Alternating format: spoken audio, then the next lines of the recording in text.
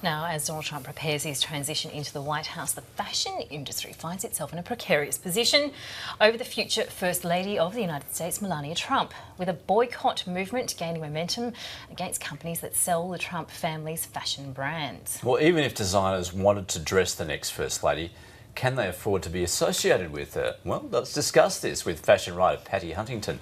Patty. What a topic. What a palaver the fashion industry finds itself in. But the First Lady, we were discussing this earlier, obviously Michelle Obama, she's essentially a fashion icon, isn't she? Well, they've always been sort of fashion icons because they're very high, it's one of the most, if not the most high-profile fashion sort of gig in the world. Yeah. I mean, remember Kennedy introduced, I'm the man who accompanied Jacqueline Kennedy to Paris, and a report was done a survey was done in 2010 about Michelle Obama's the impact of Michelle Obama, and it was found that with the 200 outfits that she'd worn, it had a $2.7 billion impact on the brands involved. So $2.7 billion, that's right. As in she was responsible essentially for generating those sales. We talk about the Kate Middleton effect. I mean, it's a similar thing. High-profile person. On the cover of, Michelle Obama was on the cover of Vogue 3 times since then. But and look, I've got to say, in spite of this momentum of the boycott campaign and people distancing themselves from her, the things she's wearing, that apparently she's paying retail for, are selling out. And sources close to Gucci tell me that she wore a pussy bow blouse. Now that's a blouse. This is Melania actually on the cover of Vogue. That was her wedding dress. Well, that was from 10 years ago. In 2005. Right. Yeah. So Anna Wintour, who Vogue very heavily endorsed Hillary Clinton. At this time, obviously Donald Trump wasn't. Here's the pussy bow blouse. That now it's called a pussy. It's got a high neck with a bow. Yeah. And she wore that to the second presidential debate, and it was shortly after the Access Hollywood scandal, where he was obviously overheard saying he was going to grab women by the pussy, and some wondered whether it was a sort of tongue-in-cheek comment on that, which I'm not sure is the case. So, sources close to Gucci say that they sold 600 of those blouses on the same day, and people going to sort of websites that are selling the clothes. She wore a white dress by an Eastern European designer who's based in London to the RNC convention, and that also sold out. For the victory speech, she wore a Ralph Lauren jumpsuit, which many people have said, that's a pantsuit, that's a dig at Hillary. Yeah. And I've got to say, it's quite a kind of bold statement, because people were wondering, what on earth is that? It's almost ecclesiastical. That's true. Only a tall woman would get away with that, really. Even on the runway, that was shown with a belt. People were thinking, what is that? It's one she is the former runway model. Exactly. Yeah. And that's the irony. The fashion industry has now got a former model in the White House, and they don't want to dress her. Or there are people who don't want to dress her, and in fact one designer has come out now and made a statement on Thursday saying, I am not going to dress Melania Trump, and I would urge the industry not to do that. And there's other people who have told newspapers, well look, just because we don't agree with the politics doesn't mean that we won't. And in fact, not one designer contacted by the New York Times at that time said that they wouldn't. And a couple were quoted on the record saying it would be hypocritical to say, that we're all for inclusivity and for American jobs, and to say that we won't dress Melania. When push comes to shove, what's going to happen? Because there's this vigorous boycott movement. It's called the Grab Your Wallet campaign, which was started shortly after the Access Hollywood scandal with the pussy grabbing. And it was basically making a list of brands that are associated with the Trump family brands. And this is the problem.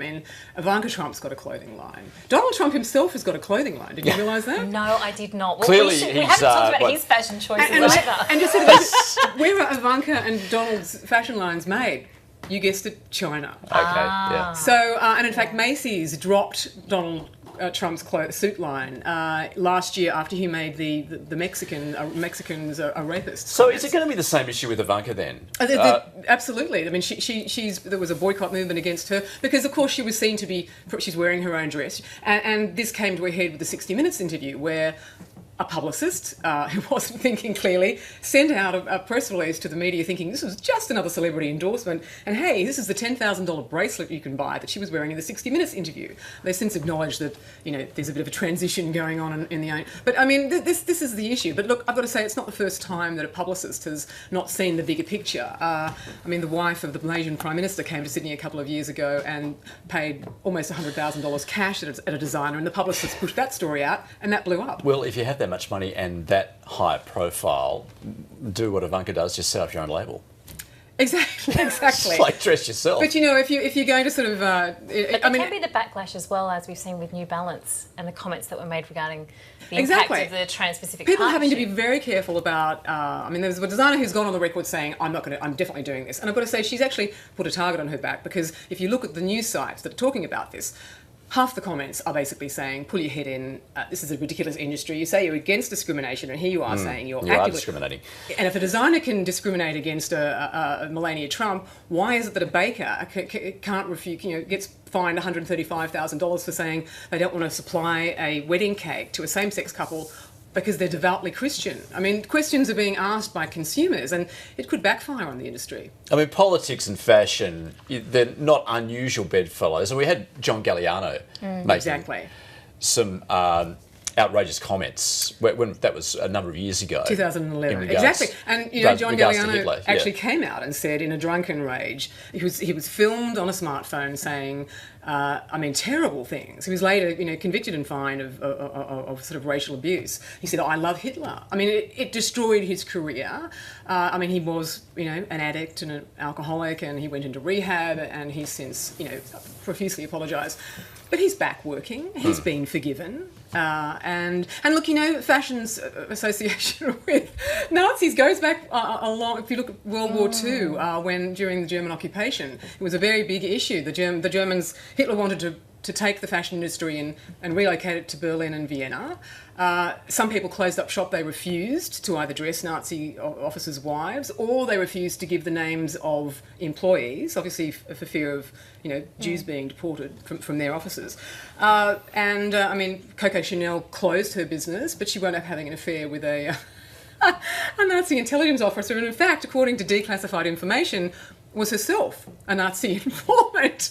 We don't talk about that. It's a very tangled web we've woven here. That was a long time ago. But these things keep coming out and come. Hugo Boss dressed Hitler Youth. Well, made an apology officially a couple of years ago. Once the Trumps are in the White House, do you figure that perhaps this boycott will eventually just disappear? That the fashion designers will fall into line and, in fact, probably be clamouring to get access to the White House? May be the question there. I'm not sure they're going to be clamouring to get access, but the fact remains, unless they're going to sort of organise an industry-wide Pretty Woman incident and basically tell retailers, well, if you find out she's trying to buy from your website, don't sell to her. I mean, that's just where do you draw the line? Yeah. I think what's going to happen is she can buy these clothes. I mean, the internet has made fashion democratic. She can buy.